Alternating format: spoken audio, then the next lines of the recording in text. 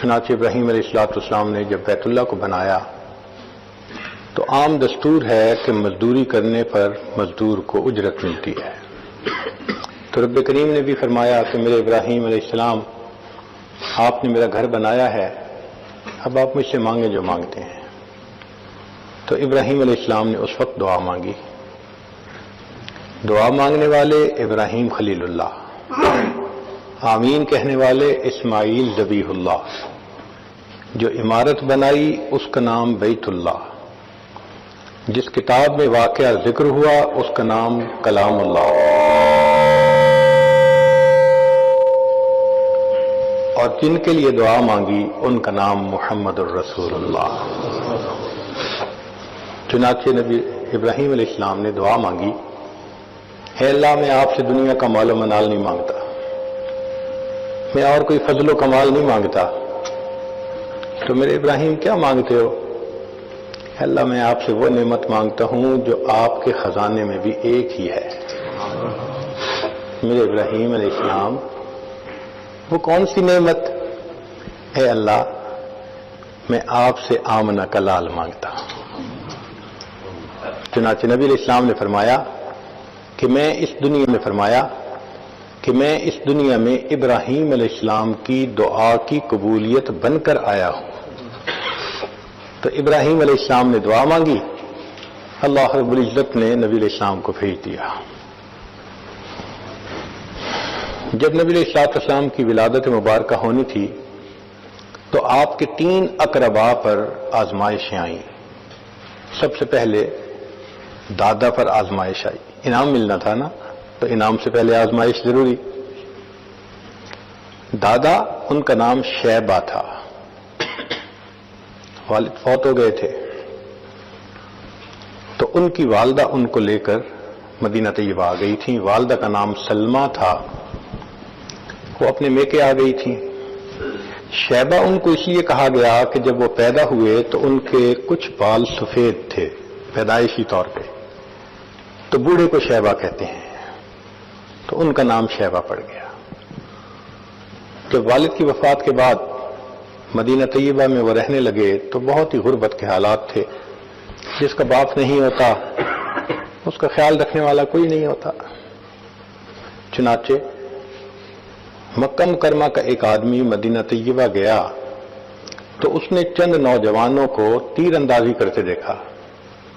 ان میں سے ایک ایسا تھا کہ جب تیر لگاتا نشانے پہ لگتا، اور وہ بڑے ترنگ میں کہتا، فخر سے کہتا، میرا تیر نشانے پہ لگنا ہے، میں فلاں کی اولاد ہوں.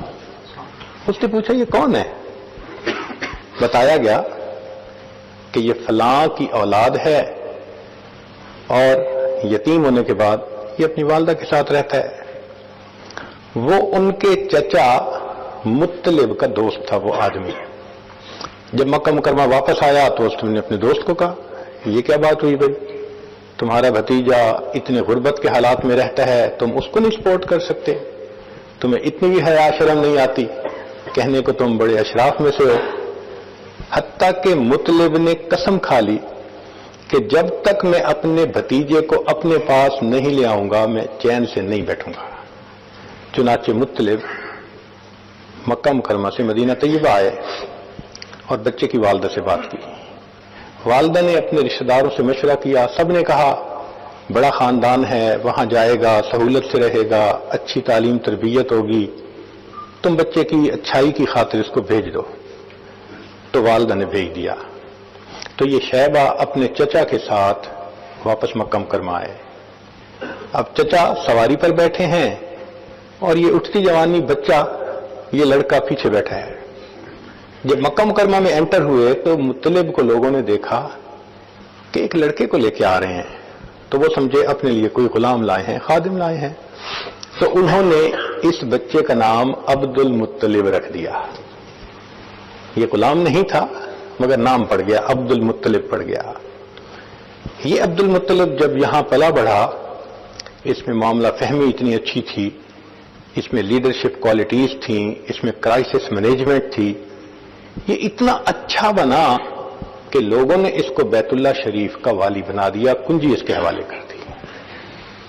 اب قریش مکہ میں سے بڑی عزت کی بات تھی کہ کسی کے پاس بیت اللہ کی چابی ہوتی. چنانچہ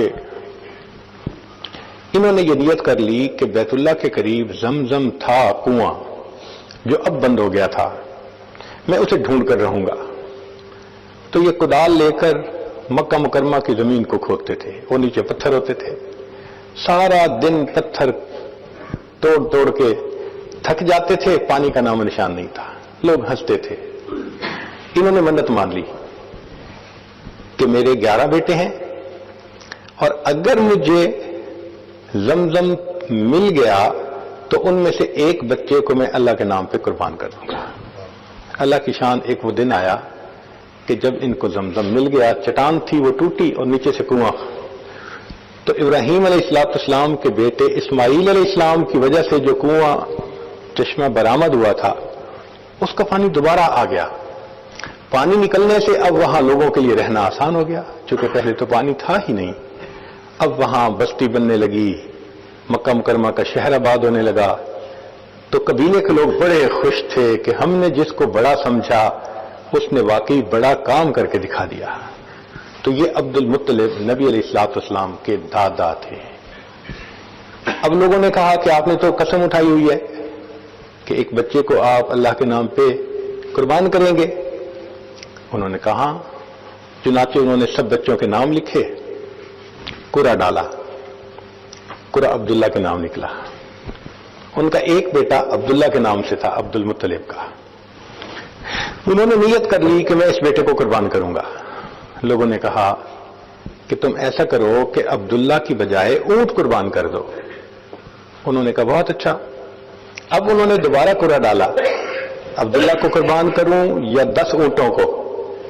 عبداللہ کا نام نکلا. عبداللہ کو قربان کروں یا 20 اونٹوں کو. عبداللہ کا نام. وہ 10 اونٹ بڑھاتے گئے. جب انہوں نے 100 اونٹ قربان کرنے کی نیت کی تو قرہ اونٹوں کے نام نکل آیا. چنانچہ انہوں نے عبداللہ کی بجائے 100 اونٹوں کو قربان کر کے اپنی اس نظر کو پورا کر دیا. یہ عبداللہ وہ تھے، اتنے خوبصورت تھے کہ جو دیکھتا تھا وہ ان سے محبت کرتا تھا. حتیٰ کہ ان کے والد گرامی نے ان کی شادی کا پروگرام بنایا تو وہ مدینہ طیبہ گئے. راستے میں ایک جگہ ٹھہرے تو ایک عورت تھی جس کا نام تھا فاطمہ. اس نے عبداللہ کا چہرہ دیکھا تو وہ اپنا دل دے بیٹھی. اس نے پیغام بھیجا کہ آپ مجھ سے نکاح کر لیجئے. تو عبداللہ نے جواب دیا، حضرت عبداللہ نے جواب دیا کہ وہ تو میرے والد صاحب کا اختیار ہے، جہاں چاہیں گے کر دیں گے. اس نے پھر پیغام بھیجا، اگر نکاح نہیں کر سکتے تو مجھے اپنے پاس بلا لیں، میں آپ کے ساتھ رہنا چاہتی ہوں، آپ سے ملنا چاہتی ہوں. تو حضرت عبداللہ نے جواب دیا، میں کوئی ایسا کام نہیں کر سکتا جس سے کہ میرے خاندان کی عزت پر دھبا لگے. اس وقت اسلام نہیں آیا تھا، مگر دستور یہ ہے کہ جن پشتوں سے انبیاء نے پیدا ہونا ہوتا ہے اللہ ان کو پاک دامنی کی زندگی عطا فرماتے ہیں. چنانچہ حضرت عبداللہ مدینہ طیبہ آئے. وہاں ایک قبیلہ تھا بنو زہرہ. وہاں کی ایک لڑکی تھی جس کا نام تھا آمنہ. بہت سیرت اور صورت کے اعتبار سے اچھی تھی. اس کا رشتہ پسند کر لیا گیا. جس وقت شادی طے ہوئی تھی اس وقت حضرت عبداللہ کی عمر 17 سال سے کچھ اوپر تھی اور آمنہ کی عمر 2 سال چھوٹی تھی. شادی ہو گئی. شادی ہونے کے بعد اللہ کی شان کے آمنہ امید سے ہو گئی. اب ابتدائی مہینے تھے. ایک قافلہ شام کی طرف جا رہا تھا، تجارتی قافلہ. تو حضرت عبداللہ کو مشورہ دیا سب نے، نوجوان ہیں، آپ بھی تجارتی قافلے کے ساتھ جائیں، کچھ مال لائیں، پروفٹ ہوگا تو اچھا ہوگا. تو حضرت عبداللہ نے بھی جانے کا ارادہ کر لیا. اب شادی کے ابتدائی مہینوں میں میاں بیوی کی یہ جدائی یہ دلوں کے اوپر بہت بوجھ تھی. چنانچہ جب حضرت عبداللہ نے جانا تھا تو بی بی آمنہ بہت اداس تھی. جب ان کو چھوڑنے کے لیے دروازے تک آئیں تو حضرت عبداللہ نے ان کا دل رکھنے کے لیے کہا، میں تجارتی سفر پہ جا رہا ہوں آمنہ، جب کچھ عرصے کے بعد میں لوٹ کے آؤں گا تو تم دروازے پہ اسی طرح آ کے میرے استقبال کے لیے کھڑے ہونا۔ بی بی آمنہ نے وعدہ کر لیا، آپ آئیں گے میں دروازے پہ آپ کے استقبال کروں گی۔ یہ کہہ کے حضرت عبداللہ چلے گئے۔ اللہ کی شان کے شام سے وہ تجارتی قافلہ سامان تجارت لے کر آیا۔ جب واپسی راستے میں آ رہا تھا تو حضرت عبداللہ کو بخار ہو گیا۔ بخار کی وجہ سے طبیعت میں اتنی نقاہت ہو گئی کہ سفر کرنا مشکل۔ مدینہ طیبہ راستے میں پڑتا تھا۔ جب مدینہ طیبہ میں سسرال والوں نے دیکھا کہ بچہ اتنا کمزور ہو گیا تو انہوں نے کہا بھائی اس حالت میں سفر مناسب نہیں، ان کو ہمارے پاس چھوڑ دو، صحت اچھی ہو گئی تو پھر بعد میں آ جائیں گے۔ چنانچہ تجارتی قافلہ چلا گیا۔ اب جس دن تجارتی قافلہ مکہ مکرمہ میں پہنچا تو مکہ مکرمہ کے ہر گھر کے اندر خوشیاں منائی جا رہی تھی۔ عورتوں نے اپنے گھر صاف کیے تھے، بچوں کو نہلایا تھا، خود اچھے کپڑے پہنے تھے کہ اپنے خاوندوں کا وہ استقبال کریں گے۔ بی بی آمنہ بھی اسی طرح صاف کپڑے پہنے، خوشبو لگائی، دروازے کے قریب آ کر کھڑی ہو گئیں۔ وہ اس انتظار میں تھیں کہ میرے میاں آئیں گے، مگر قافلے میں آنے والے سب لوگ اپنے اپنے گھروں کو چلے گئے۔ بی بی آمنہ کو بتایا گیا کہ آپ کے خاوند نہیں آئے۔ اس وقت ان کی عمر 16 سال تھی اور حضرت عبداللہ کی عمر 18 سال تھی۔ اب اس ینگ ایج میں ایک بچی کی شادی ہو گئی اور وہ امید سے ہے اور خاوند نہیں پہنچا تو دل پہ بہت صدمہ ہوا۔ چنانچہ اسی وقت کچھ رشتہ دار مکہ مکرمہ مدینہ طیبہ گئے کہ ہم حضرت عبداللہ کو لے کر آتے ہیں۔ اللہ کی شان کے وہاں پہنچے، حضرت عبداللہ اللہ کو پیارے ہو گئے تھے۔ اب جب یہ خبر پہنچی تو بی بی آمنہ کے لیے یہ بہت بڑا صدمہ تھا۔ تو نبی علیہ السلام کی تشریف آوری سے پہلے 3 اقرباب کے اوپر امتحان آیا۔ ایک شیبہ عبد المطلب کے اوپر، ایک ان کے بیٹے عبداللہ کے اوپر، اور ایک ان کی جو بہو بنی بی بی آمنہ ان کے اوپر امتحان آیا۔ نبی اسلام کی ولادت سے پہلے آپ کے والد ماجد دنیا سے چلے گئے تھے۔ بی بی آمنہ کے اوپر کیا صدمہ تھا، ذرا اس کا اندازہ لگائیے کہ 16 سال کی عمر اور امید سے بھی ہو اور خاوند دنیا سے چلا جائے تو لگتا ہے کہ دنیا تو تاریک ہو گئی، مگر بی بی آمنہ نے بڑے صبر سے اس صدمے کو برداشت کیا۔ بی بی آمنہ فرماتی ہیں کہ جن دنوں میں حاملہ تھی میں کچھ عجیب باتیں دیکھتی تھی۔ جب میں زمزم بھرنے کے لیے گھر سے چلتی، راستے میں اگر کوئی درخت ہوتا تو وہ جھکتا تھا، اس کی ٹہنیاں جھکتی تھیں۔ میں نہیں سمجھتی تھی کہ یہ کیا ہے۔ جب میں زمزم بھرنے کے لیے کنویں کے قریب جاتی تو زمزم کا پانی اوپر بالکل سطح کے قریب آ جاتا تھا۔ میں آسانی سے زمزم بھرتی تھی۔ میرے ساتھ والی لڑکیاں وہ مجھے کھڑا رکھتی تھیں کہ آمنہ تم چلی جاؤ گی پانی نیچے ہو جائے گا، ذرا کھڑی رہو ہم آسانی سے پانی بھر لیں۔ تو میں یہ برکتیں دیکھتی تھی اور میں دل میں سوچتی تھی کہ شاید جو ہونے والا بچہ ہے یہ اس کی کوئی برکت ہو، مگر مجھے جو حمل کے 9 مہینے تھے نہ تکلیف ہوئی، نہ سر درد ہوئی، نہ کوئی اور ایسی چیز محسوس ہوئی۔ میں نے بہت سہولت سے وہ وقت گزار لیا، حتیٰ کہ ایک ایسا وقت آیا کہ جب آسمان پر سرخ ستارہ طلوع ہو گیا۔ تورات کے اندر نبی علیہ السلام کی ولادت مبارکہ کے بارے میں یہ نشانی تھی کہ جب وہ ہستی دنیا میں پیدا ہوگی تو آسمان پہ ایک سرخ ستارہ چمکے گا۔ جب سرخ ستارہ چمکا تو اس وقت جو یہودی تھے مدینہ طیبہ کے قریب وہ سب تلاش میں لگ گئے کہ کس کے ہاں بچے کی ولادت قریب ہے۔ مدینہ طیبہ میں پتہ کیا تو کسی کے ہاں ولادت قریب نہیں تھی، عورتیں حاملہ تھیں مگر ابھی ان کو کئی مہینے چاہیے تھے۔ پھر انہوں نے سوچا اچھا مکہ مکرمہ میں پتہ کرواؤ۔ جب مکہ مکرمہ میں پتہ کیا تو پتہ چلا کہ حضرت عبداللہ کی بیوی حاملہ ہے اور اس وقت اس کی ولادت کے ایام بھی قریب ہیں۔ تو حیران تھے کہ یہ کیسے خوشخبری پوری ہوگی۔ اللہ کی شان، نبی علیہ الصلوۃ والسلام کی جس رات ولادت ہونی تھی آپ فرماتے ہیں کہ ہمارے گھر میں اس وقت تیل کا چراغ نہیں تھا، گھر میں اندھیرا تھا۔